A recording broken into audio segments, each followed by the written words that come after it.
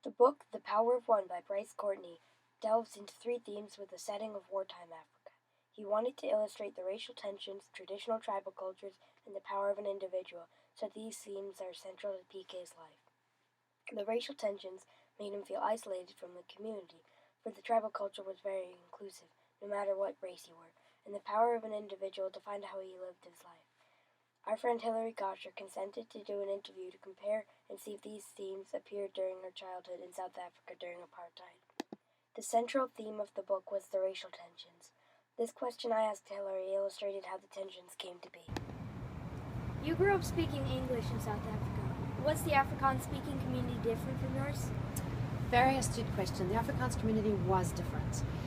The Afrikaans heritage was the first settlers from Europe and South Africa. They came from the Dutch, and they called themselves the Boers because Boer means farmer in Dutch. They were the first people. They landed in the Cape of Good Hope, and they started to penetrate the interior. Then when Napoleon came to war in Europe, the British said, let's just go and protect that strategic Cape of Good Hope, which was the spice route to India, where they got the spices from. And the British decided to settle there. And when the British settled, they created the rule of law, they created their judicial system, and the Dutch, who had been used to being settlers and frontiermen, they said, we don't want to be under the British law, and they started to trek inland. And so what happened was that around the coastal areas, Cape Town and Durban, were all the English-speaking people, and in the interior were all the Dutch or Afrikaans-speaking people. And I grew up as part of the English-speaking people, so my culture and my heritage was much more British or Europe, English, and the Afrikaans, their heritage was much more Germanic, much more Dutch. Plus, they also had a heritage of escaping from the British. So there was a sense of being frontiermen, there was a sense of fighting a battle and a sense of fighting against people.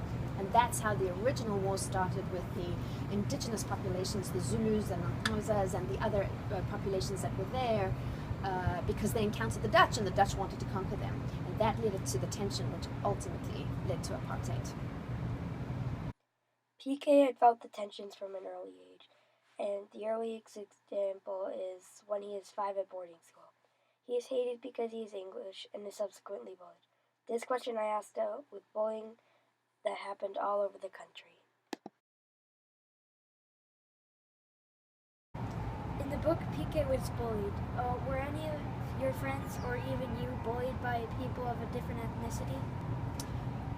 Really good question, because that happened in South Africa all the time. It didn't happen to me because I was lucky enough to be born with a white skin, but lots of people who were not born with a white skin were very much bullied.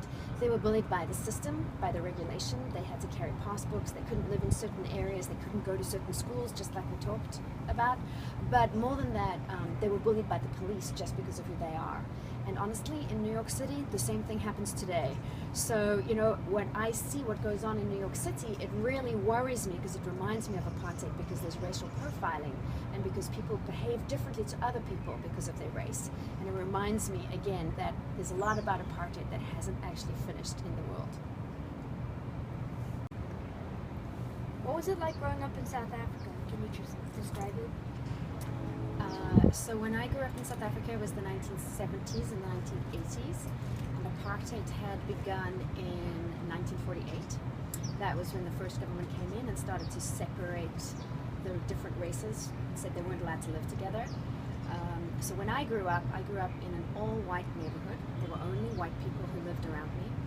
And if people of any other race had wanted to live in the area, they were prevented from living in the area by the regulations. So when I grew up, till I was your age, I didn't fully understand the implications. It was only when I was your age and I started to understand a little bit more about the fact that black people and white people and Indian people and different people were all living in different neighborhoods, and there was no commingling, there was no mixing. I didn't have any friends who were people of different race. I didn't know anybody who was different race. It was a very weird environment. Great. Also, in his town, the people believed that 12 Afrikaner songs are worth one English song. All of the tensions led to apartheid, which began, as Hilary said, in 1948. The next questions will help to further show the racial tensions. What was apartheid like for you? I'll give you an example. When I grew up, I went to an all-girls school, and we were kicked out of the hockey league So we played field hockey, we played tennis, we swam, all the sports that you would play, not American football, but we played all sports. And we wanted to compete against some of the private schools who had black kids, all races who went to those schools, because those schools weren't government schools, and those schools could accept every child to go to school. We wanted to play against those kids because we wanted to be sure that we were the best school, just as you want to be sure you're the best school. But we were kicked out of the league of all the other government schools because we agreed to compete with convents and private schools and parochial schools that had children of color in them.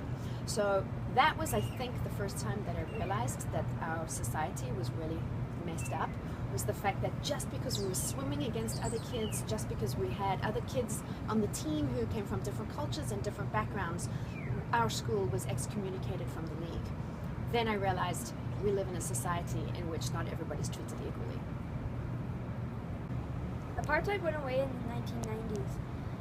How has the world changed since then? It's so much better, Henry. When I go back to South Africa, and my family still live there, they live in Johannesburg, and my sister lives in the Cape. When I go back, it's completely different. I'll give you an example. Firstly, black people are driving cars, they have houses, they live next to my parents, they live next to my sister. My sister's children, who are your age, they go to school with completely multiracial school, and the society is much more integrated. But the thing that I notice the most is, when you go to the supermarket and there's somebody who's going to pack your stuff pack your groceries in the bag. In the past, that was always black people, and they didn't look at you. Their eyes would never meet your eyes because they were being concerned for meeting your eyes and being potentially thought of as being too cheeky or being too bold. Nowadays, when you go to the supermarket, someone packs your bags, they chat to you. People just talk normally. It feels much more like a real human interaction where people meet each other's eyes and people get along just as human beings in society. So a lot has changed. Not everything is perfect, but a lot has changed. The questions and examples all show how bad the racial tensions really were.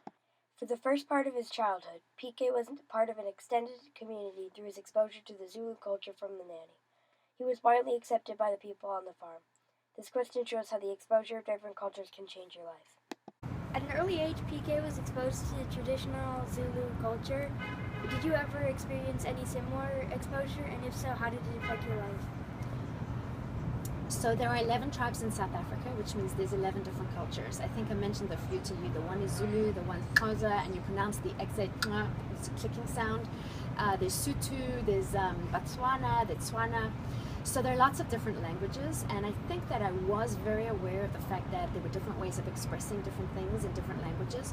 More than that, the part that I remember the most was the beadwork, the baskets, the weaving, the culture around making things, and the culture around home life.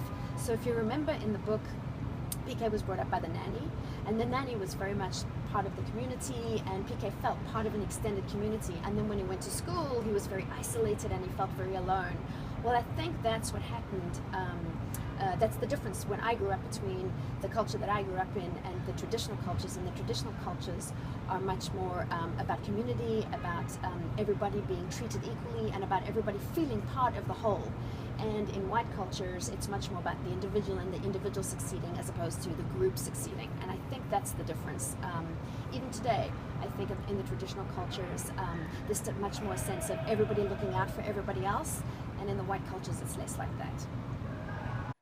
As Hillary says, when PK got to boarding school, he felt isolated because he wasn't accepted by the elders.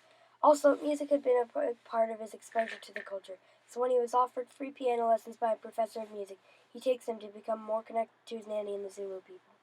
This influence changed how PK lived his life in a way that meant he thrived and did better in a community than on his own. The power of an individual is sometimes greater than the power of many. The book dealt with PK's mindset, which was quite interesting. He was always thinking of winning and how he was going to be the best. The question that I asked Hillary dealt with the effect the book had on her. How did the book The Power of One affect you? I loved the book. Did you love the book? Yes. I loved the book.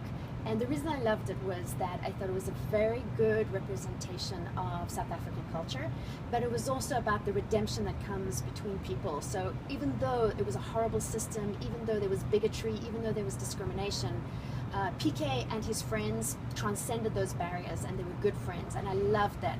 And I also just loved the fact that he was a winner and that he tried really hard. So for me, it was a fun book. And so the way it impacted me was that I wanted all my friends to read the book, to understand a little bit about my background and my history and my culture, but also to understand how redemption is possible between people. So I gave it to your mom, I gave it to your dad, I gave it to my husband David, I gave it to all of my friends to read, and now you're reading it.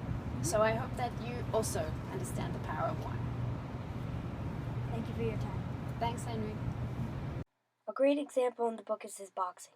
His determination and believing in himself let him win and keep being successful. He was suddenly able to control his life.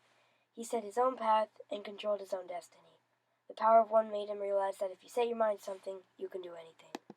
Bryce Courtenay showed the worst parts of racial inequality. He wanted to show the reader how life was like right before apartheid South Africa. He wanted the reader to understand the need for equality because of the tensions. He also illustrated the good parts of South Africa. He represented the traditional cultures in his novel very well. He also put in the message that you can do anything if you set your mind to it. Bryce Courtenay meant for this book to be an inspirational novel that spoke of one child's transcendence above racial tensions through the power of one.